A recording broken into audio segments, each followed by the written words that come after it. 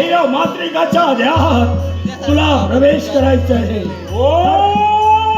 अरे हे सामान्य नव्हे. माझ्या ध्यानात प्रवेश करणं हे तुला शक्य नाही. नादी लागू नकोस. या मशानातून जातोय खरं, पण तू माझा मार्ग रोखलाय.